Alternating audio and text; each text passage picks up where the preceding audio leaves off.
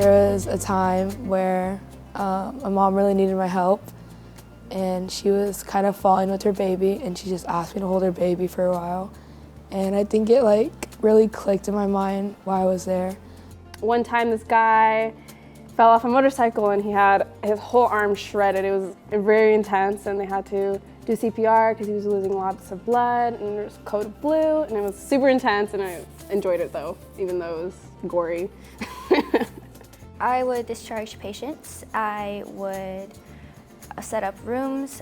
If they made calls up front, wanted like towels, water, diapers, I would give them that. Sometimes set up the beds and put warmers in the beds.